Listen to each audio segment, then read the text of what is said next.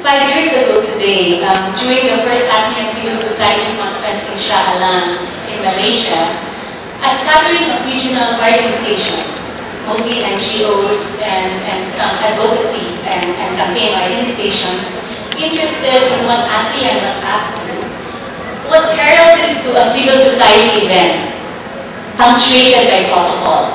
I was the only Filipino, but I do get to the interface because I was the only Filipino staying behind after the conference because many of the Filipinos then were rushing to Hong Kong for the ministerial meeting of the World Trade Organization.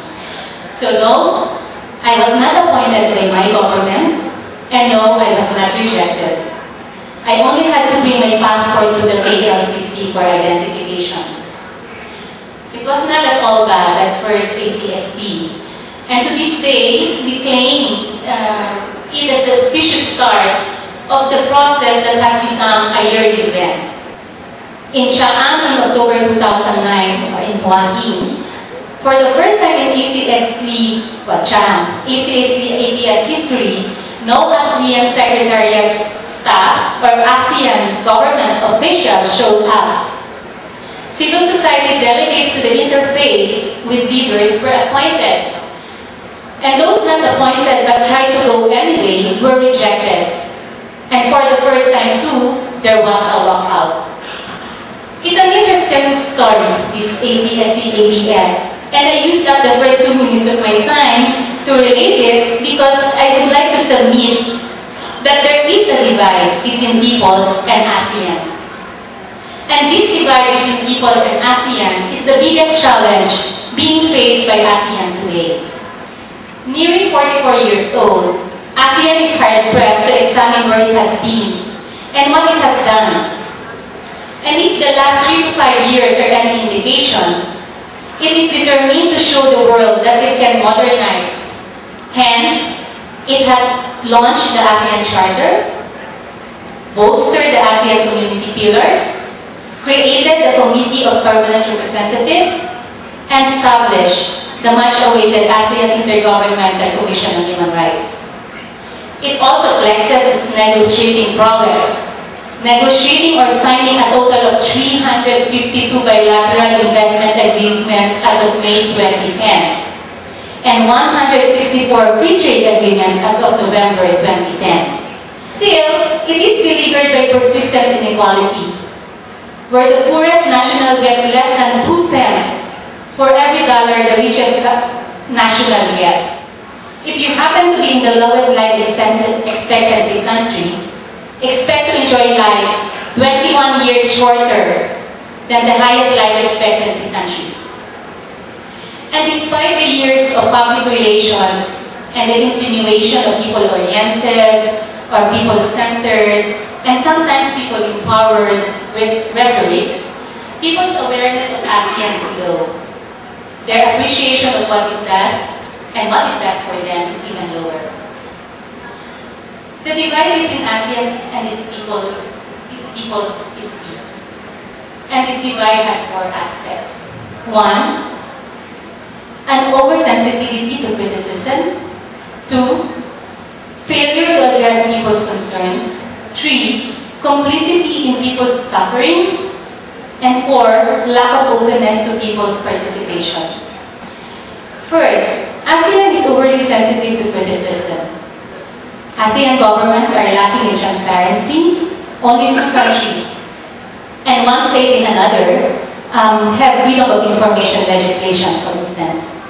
Free speech is restricted in some countries, with the region hosting some of the most controlled media globally. Second, ASEAN fails to address most pressing people's concerns. The region hosts millions of migrants from within the region itself, yet some of the most horrendous violations of migrant rights happen under the noses of ASEAN. To this day, ASEAN has yet to establish an instrument for the protection of migrant workers. Environmental destruction and climate change have affected lives and livelihoods, yet ASEAN has yet to fully incorporate these important concerns. They are, for instance, divorced from ASEAN's economic plans and are only slightly tangential to its political security pillar. Third, ASEAN is sometimes complicit in people's suffering, be it a hydroelectric project, a gas pipeline, a mining operation, or an industrial plantation. There has been a big failure on the part of ASEAN governments to protect their people from corporate abuses. Sometimes, government themselves are in contractual relations with the abusive corporations. Finally, ASEAN's conservative and formalistic structure is unwelcoming of people's participation.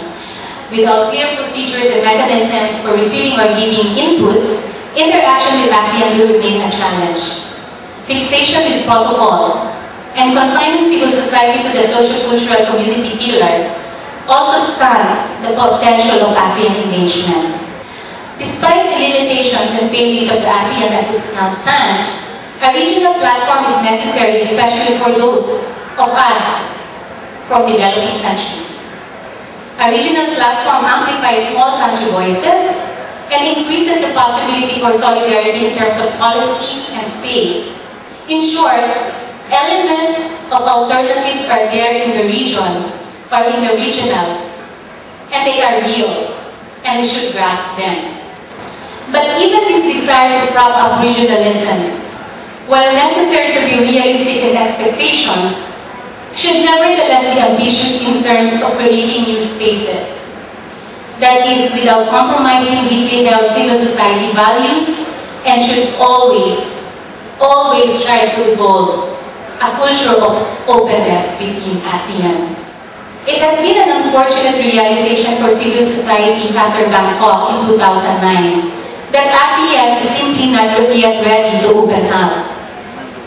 At least not in a significant way. The practice of appointing delegates to the ASEAN leaders' civil society interface is back. Some countries can be more sophisticated or tricky, but the act of taking away the choice of robbing civil society of the process of selecting their own representatives undermines all of us. We want space, and we will struggle and fight to get it.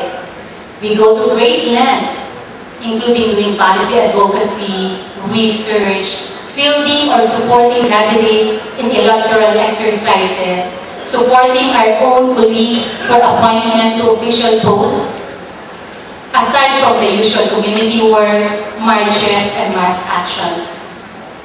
But we should also be mindful when protecting the space we think we have secured for ourselves. The objective is for the progressive opening up of spaces, not just for institutionalization for the sake of having space, albeit ceremonial. As civil society, we have two seemingly contradictory roles. One is to make ASEAN do. We occupy spaces so that we can empower ASEAN to give us what we need and do what we think would benefit us, our community, our country, our region, nature, by giving it the power to act on our behalf. The other is to make the ASEAN not do.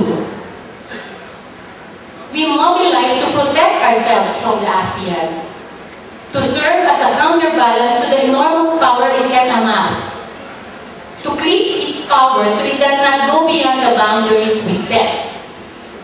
For instance, similar to our clamor to our own government, ASEAN should not do anything without our knowledge or express approval. As we push forward with the ASEAN Civil Society, ASEAN People's Forum, we have to be clear what role we are playing at every instance of engagement. We are again being heralded to flashing protocol, and we understand. We understand ASEAN's need for it and the member states' compulsion to assert themselves. But, as engaged civil society, I do hope that our reasons are clear for accepting or rejecting it. And in the lucky chance that some of us get to the other side, the appeal is for you, for us, to also appreciate civil society's compulsion to assert itself. Because we must assert ourselves.